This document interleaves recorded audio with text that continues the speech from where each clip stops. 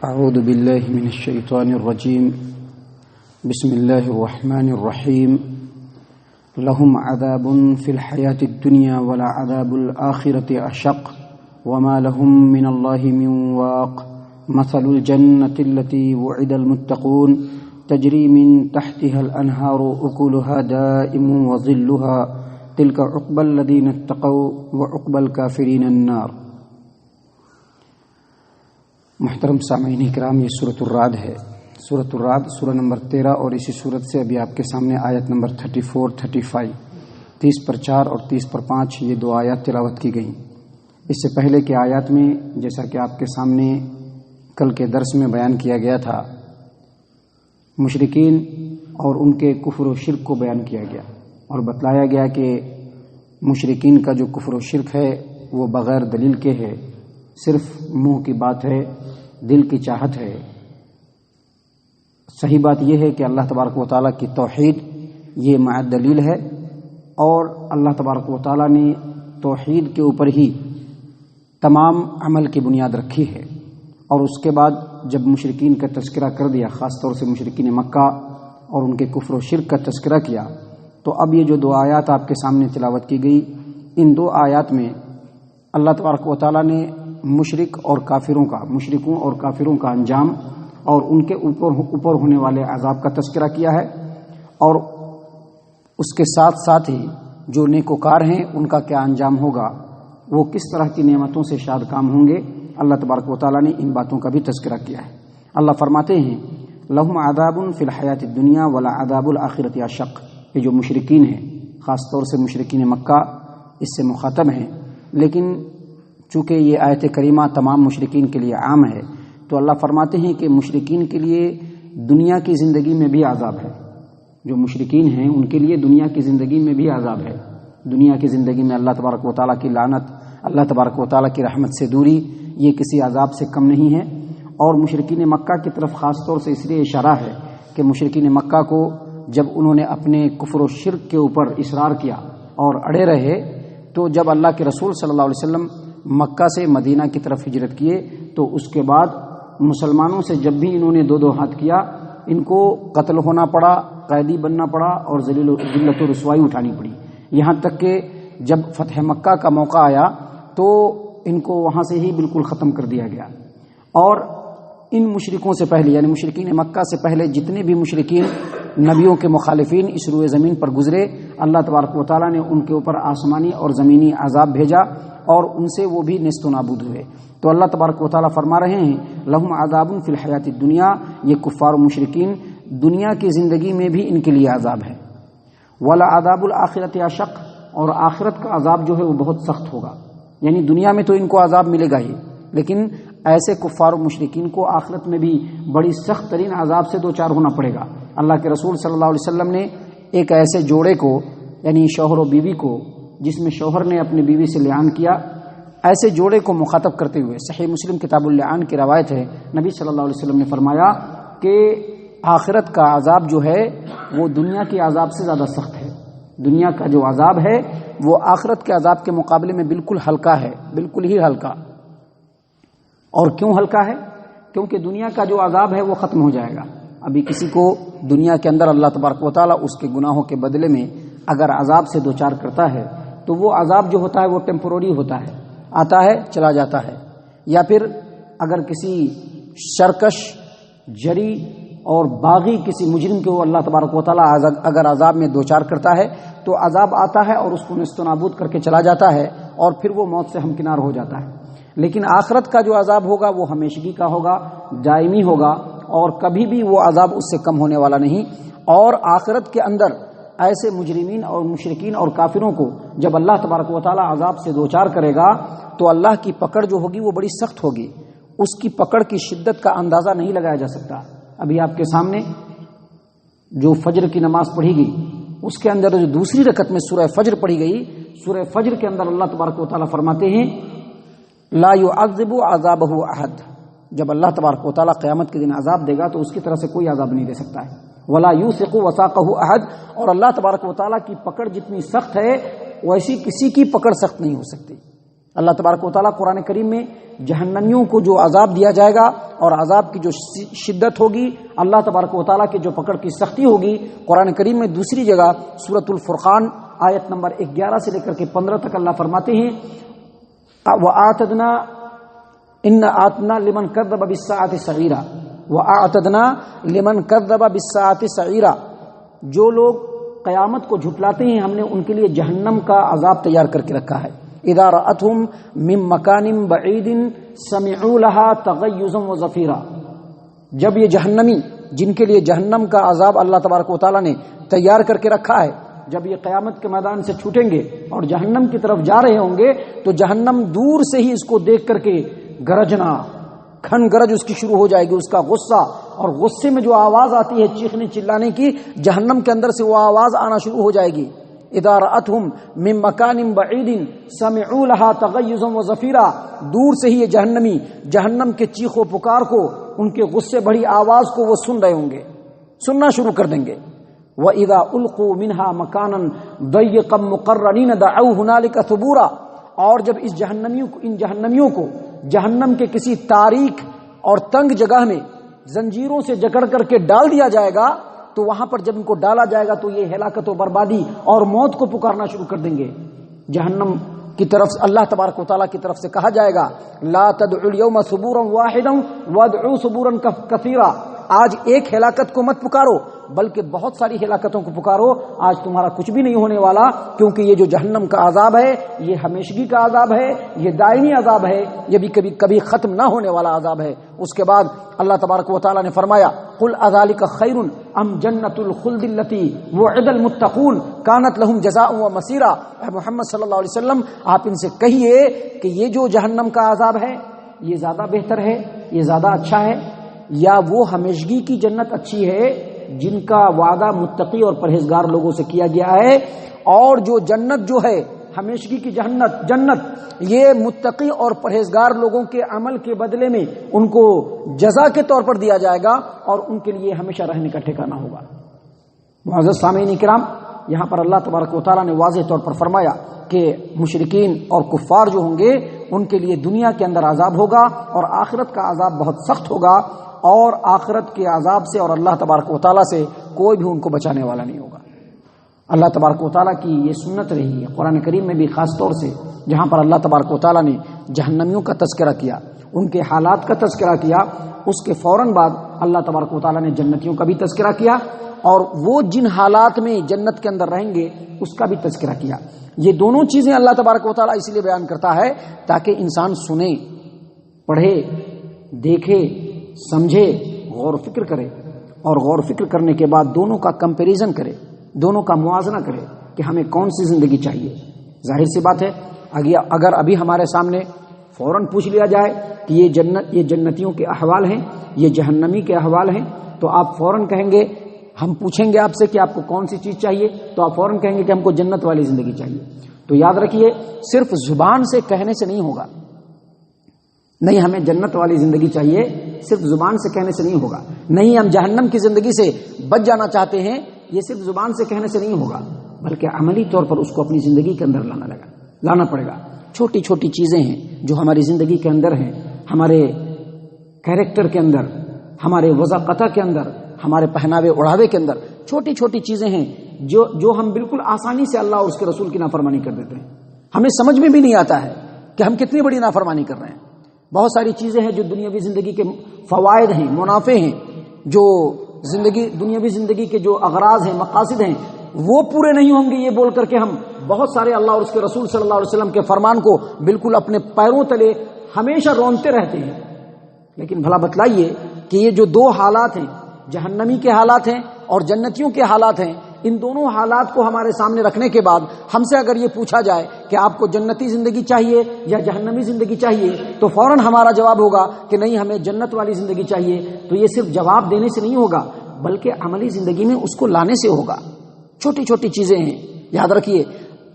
شیطان جب توحید سے شرک کی طرف لانے سے مایوس ہو جاتا ہے تب وہ بندوں کے دلوں میں وسوسہ ڈالتا ہے کئی طریقے سے۔ ایک وسوسہ ڈالتا ہے کہ آپس میں اختلاف کرو، دوسرا وسوسہ ڈالتا ہے کہ چلو یہ فرض نہیں ہے، سنت ہے، حالانکہ ہماری زندگی کا تو یہ حال ہے کہ ہم تو فرائض کو چھوڑ رہے ہیں. نماز کے علاوہ جو دوسرے فرائض اللہ اور اس کے رسول کی طرف سے ہماری زندگی میں ہیں، ہمارے پہناوے میں، ہمارے اڑھاوے میں، ہمارے کام کرنے میں، ہمارے بات کرنے میں، بہت ساری جو چیزیں اللہ تبارک و تعالیٰ نے فرض کی ہیں، بہت ساری چیزیں جو اللہ تبارک و تعالیٰ نے حرام کی ہیں، ہم اس کو بھی انجام دے رہے ہیں. اور اس کے باوجود اگر ہم جنت کا جو ہے ارادہ رکھتے ہیں اور جہنم سے بچنا چاہتے ہیں تو یہ ناممکن والی بات ہے. جب تک سانس ہے تب تک کوشش کر لینا ہے. سانس ختم ہونے کے بعد کوشش بالکل ناکام رہیں گی. اس کے بعد کوشش کی کوئی چیز ہی نہیں ہوگی. اللہ تبارک و تعالیٰ فرماتے ہیں کہ مثل الجنت التی وعد المتقون، اس جنت کی مثال جس جنت کا وعدہ متقی اور پرہیزگار لوگوں سے کیا گیا ہے. متقی اور پرہیزگار لوگوں سے کیا گیا ہے. اس جنت کا وعدہ، اس جنت کی مثال جس کا وعدہ متقی اور پرہیزگار لوگوں سے کیا گیا ہے. یہ متقی اور پرہیزگار لوگ جانتے ہیں؟ متقی اور پرہیزگار لوگ کہتے ہیں ایسے لوگ جو اللہ تبارک و تعالیٰ کی فرما برداری کرنے کی کوشش ہمیشہ کرتے ہوں. یہ اور بات ہے کہ انسانی تقاضے کے تحت کہیں کہیں پر ان سے مسٹیک ہوتا ہو، لیکن ان کی کوشش ہوتی ہو کہ وہ اللہ اور اس کے رسول کے فرمان کو فلفل کرنے کی کوشش کریں، اپنی زندگی کے اندر اپلائی کرنے کی کوشش کریں، اپنی زندگی کے اندر لاگو کرنے کی کوشش کریں. اور جن جن چیزوں سے اللہ نے روکا ہے، جتنی طاقت ہے ہر حال میں اس سے رکنا ہے. تو محترم سامعین کرام، یہ جو متقی اور پرہیزگار لوگ ہیں ان لوگوں کو کہتے ہیں جن کے اندر تقویٰ ہو. اور تقویٰ کی مثال ابی بن کعب رضی اللہ عنہ نے بیان کرتے ہوئے کہا کہ ایک رستہ ہے، رستے کے دونوں طرف خاردار جھاڑیاں ہیں، کانٹے دار جھاڑیاں ہیں، اور ان جھاڑیوں کے دونوں طرف کانٹے دار جھاڑی ہے، بیچ میں بالکل تنگ رستہ ہے. کہا کہ کیسے نکلے گا؟ کہا کہ ایسے نکلے گا انسان کہ بالکل اپنے آپ کو سمٹا لے گا، سکڑا لے گا کہ ایک بھی کانٹا میرے بدن میں چبھنے نہیں پائے، ایک بھی کانٹا. کیا ایسا ہو سکتا ہے کہ ایسا رستہ ہو جس کے دونوں طرف خاردار جھاڑی ہو اور آدمی درمیان سے نکل رہا ہو اور ایک دو کانٹا چبھ جائے؟ کیا وہ ایسا چاہے گا؟ نہیں چاہے گا. لیکن پھر یہ گناہ، یہ نافرمانی، اللہ اور اس کے رسول کے حکم کی مخالفت کو کیسے ہم اپنی زندگی میں، اپنے جسم پہ، اپنے اندر، اپنے جذبات میں کیسے ہم برداشت کر لیتے ہیں، کیسے برداشت کر لیتے ہیں، اور اس کے بعد ہم کیسے متقی اور پرہیزگار ہو سکتے ہیں؟ اللہ فرماتے ہیں مثل الجنت التی وعد المتقون، اس جنت کی مثال جس کا وعدہ متقی اور پرہیزگار لوگوں سے کیا گیا ہے. تجری من تحتها الانہار، اس جنت کے نیچے جو ہوں گی نہریں بہ رہی ہوں گی، اطراف میں، جوانب میں، ادھر ادھر جو ہے وہ نہریں بہ رہی ہوں گی، مختلف نہریں. اللہ تبارک و تعالیٰ نے قرآن کریم میں ان نہروں کی مثال بیان کی ہے سورہ محمد کے اندر کہ مثل الجنت التی وعد المتقون فیہا انہار من ماء غیر آسن. جنت جس کی جو ہے مثال، جس جنت کا وعدہ متقی اور پرہیزگار لوگوں سے کیا گیا ہے، اس کے اندر جو نہری ہوں گی ان میں سے ایک نہر ہوں گی پانی کا، اور پانی ایسا ہوگا جو کبھی بھی بدبودار نہیں ہو سکتا ہے، جس کا ذائقہ کبھی بھی بدل نہیں سکتا. من ماء غیر آسن وانہار من لبن لم یتغیر طعمہ، اور پانی کے علاوہ دودھ کی بھی نہریں ہوں گی جس کا مزہ کبھی بھی نہیں بدلے گا. ہمارے ہاں دودھ اگر رکھ دیا جائے تو اس کا مزہ فوراً بدل جاتا ہے، ایک دن سے زیادہ 2 دن دودھ نہیں چلتا ہے، پھٹ جاتا ہے، ذائقہ بدل جاتا ہے. لیکن وہاں کی جو دودھ کی نہریں ہوں گی اس کا ذائقہ کبھی بھی نہیں بدلے گا، کبھی بھی اس کا ذائقہ نہیں بدلے گا. وانہار من خمر لذۃ للشاربین، اور وہاں شراب کی بھی نہریں ہوں گی جس شراب کے اندر لذت ہوگی پینے والوں کے لیے. اور وہاں عسل مصفا شہد کی بھی نہر ہوگی جس کے اندر حلاوت ہوگی، مٹھاس ہوگی، چاشنی ہوگی، شیرینی ہوگی، جس کو پینے کے بعد ویسا مزہ کبھی بھی کسی کو ملا نہیں ہوگا. تو یہ جو ہے جنت کے اندر جو نہریں ہیں اس کی مثال ہے. اللہ فرماتے ہیں کہ اس کے اطراف و جوانب میں اس کے نیچے نہریں جاری ہوں گی، اور جنتی جیسے چاہیں گے اس کو استعمال کریں گے، جیسے چاہیں گے اس کو استعمال کریں گے. یہاں تک کہ اگر کوئی یہ چاہے گا کہ اس نہر کو اپنے گھر کی طرف موڑ لے اس کو بھی وہ موڑ سکتا ہے، کوئی روک ٹوک نہیں ہوگا. لا مقطوعۃ ولا ممنوعہ، جنت کی نعمتیں نہ تو ختم ہوں گی اور نہ کوئی اس سے اس کو روک سکے گا. پورا اتھارٹی ہوگا، پورا کنٹرول ہوگا، پورا کمانڈ ہوگا، جیسے چاہے اس نہر کو یوز کرے. اللہ فرماتے ہیں آگے اکلھا دائم وظلھا، جنت کے اندر جو پھل ہوں گے، پھل ہمیشگی کے لیے رہیں گے. اکلھا دائم وظلھا، درخت ہوگا، درخت کے اندر پھل ہوں گے، جھاڑ ہوگا، جھاڑ پہ پھل لگا ہوگا اور اس کے اندر سایہ بھی ہوگا، تو وہ جو پھل ہوگا وہ بھی ہمیشہ ملے گا، اور اس کے جو سائے ہوں گے وہ بھی ہمیشہ رہیں گے، کبھی بھی سوکھیں گے نہیں، کبھی بھی دیمک نہیں لگے گا، کبھی بھی سڑے گا نہیں، کبھی بھی سوکھے گا نہیں، بلکہ وہ ہمیشہ تر و تازہ ہرا بھرا رہے گا، اس کے سائے ہمیشہ پھیلے رہیں گے، اس کے اندر جو پھل ہوگا وہ ہمیشہ ملتا رہے گا۔ یہاں پر اللہ کے رسول اللہ تبارک و تعالیٰ یہ بتلانا چاہتے ہیں کہ جنت کے اندر جو کچھ بھی ہوں گے وہ ہمیشگی کے لیے ہوں گے، اور اس کی مثال نبی صلی اللہ علیہ وسلم کی زندگی میں ہے۔ صحیح البخاری کتاب النکاح، صحیح مسلم کتاب الکسوف، عبداللہ ابن عباس رضی اللہ عنہما نے صلاۃ کسوف کے بارے میں ذکر کیا کہ صحابہ کرام نے نبی صلی اللہ علیہ وسلم سے پوچھا کہ اللہ کے رسول صلی اللہ علیہ وسلم آپ نماز پڑھا رہے تھے، اچانک ہم نے دیکھا کہ آپ کا جو ہاتھ ہے وہ آگے بڑھا کسی چیز کو پکڑنے کے لیے، اور پھر آپ نے اپنے ارادے کو ترک کر کے سیدھے کھڑے ہو گئے، کیوں؟ اللہ کے رسول صلی اللہ علیہ وسلم نے کہا کہ مجھ کو جنت دکھلائی گئی، اور جنت کے اندر انگور کا درخت تھا، انگور کا درخت، میں نے چاہا کہ اس درخت میں سے ایک خوشہ میں توڑ لوں، لیکن پھر میں رک گیا، اگر میں اس میں سے ایک خوشہ توڑ لیتا اور یہاں تمہارے سامنے لے آتا تو جب تک دنیا رہتی تم اس کو کھاتے رہتے اور یہ کبھی بھی ختم نہیں ہوتا۔ دنیا کی ختم ہونے والی چیزوں کے پیچھے ہم دیوانے بنے ہوئے ہیں، اپنی زندگی کو بالکل جھونک دیا ہے ہم نے، آخرت کی کچھ فکر اور پرواہ نہیں ہے ہمارے اندر۔ ایک خوشے کو اگر نبی صلی اللہ علیہ وسلم توڑ لیتے قیامت تک لوگ کھاتے رہتے اور کبھی بھی ختم نہیں ہوتا۔ محترم سامعین کرام، صحیح مسلم کتاب الجنت و صفت نعیمہا و اہلہا کی ایک روایت ہے، نبی صلی اللہ علیہ وسلم نے فرمایا کہ جنت کے اندر جنتی کھائیں گے پیئیں گے۔ اب ظاہر سی بات ہے کھانے پینے کے بعد جو پچ جاتا ہے سو پچ جاتا ہے، خون بن جاتا ہے، اور باقی جو ہے وہ جا کر کے نکالنا پڑتا ہے۔ اللہ کے رسول صلی اللہ علیہ وسلم نے کہا نہ تو ٹوائلٹ کی حاجت ہوگی، نہ پیشاب کی حاجت ہوگی، نہ ناک اور منہ سے رینٹ نکلے گا، اور کھانے کے پچنے کی جو نشانی ہوگی وہ یہ کہ ایک ڈکار آئے گی، ڈکار، اور ڈکار کے اندر کستوری کی خوشبو ہوگی، اور ڈکار آنے کے بعد پورا کھانا پچ جائے گا۔ اور اللہ کے رسول صلی اللہ علیہ وسلم نے فرمایا کہ جس طرح سے بغیر کسی ڈسٹربنس کے آدمی کی سانس نکلتی ہے اور اندر جاتی ہے، ویسے ہی اللہ تبارک و تعالیٰ کی طرف سے تسبیح اور تقدیس کا الہام ہوتا رہے گا، بندہ تسبیح کرتا رہے گا، اللہ کی پاکیزگی بیان کرتا رہے گا۔ محترم سامعین کرام، جنت کی نعمتوں کے بارے میں آپ سوچ بھی نہیں سکتے، سوچ بھی نہیں سکتے ہیں، یہ تو بتلایا گیا ہے، صرف ایک ٹریلر ہے، یہ اس کی حقیقت کا اندازہ جب آدمی جنت کے اندر جائے گا تب لگائے گا۔ ایک اہل کتاب نے نبی اکرم صلی اللہ علیہ وسلم سے پوچھا، سنن نسائی اور مسند احمد بن حنبل کی روایت ہے، پوچھا اس اہل کتاب نے کہ اے محمد صلی اللہ علیہ وسلم، کیا جنت کے اندر لوگ کھائیں گے پیئیں گے؟ کہا کہ جنت کے اندر ایک آدمی کے کھانے پینے اور جماع اور شہوت کرنے کا جو طاقت ہوگی وہ 100 آدمیوں کے برابر ہوگی۔ 100 آدمی کے برابر وہ کھائے گا، 100 آدمی کے برابر وہ پیے گا، اپنی ضرورت جو اپنے شوہر اپنی بیوی سے، بیوی اپنے شوہر سے جو پورا کرتے ہیں اس میں 100 آدمی کی طاقت دے دی جائے گی۔ کہا اس آدمی نے کہ اللہ کے رسول صلی اللہ علیہ وسلم، کھانے پینے کے بعد پھر ضرورت محسوس ہوتی ہے، اور ہمیں یہ معلوم ہے کہ جنت کے اندر کوئی تکلیف دہ چیز نہیں ہوگی، پھر کیسے ہوگا؟ کہا کہ اس ضرورت کو پورا کرنے کے لیے صرف پسینہ چلے گا، پسینہ، اور اس پسینے کے اندر کستوری کی خوشبو ہوگی، اور جیسے ہی پسینہ چلے گا پیٹ بالکل ہلکا ہو جائے گا۔ تو یہ ہے جنت کی نعمت۔ اللہ کے رسول صلی اللہ علیہ وسلم نے فرمایا کہ جنت کی جو نعمتیں ہیں اس کو کسی آنکھ نے کبھی دیکھا نہیں ہوگا، کسی کان نے کبھی سنا نہیں ہوگا،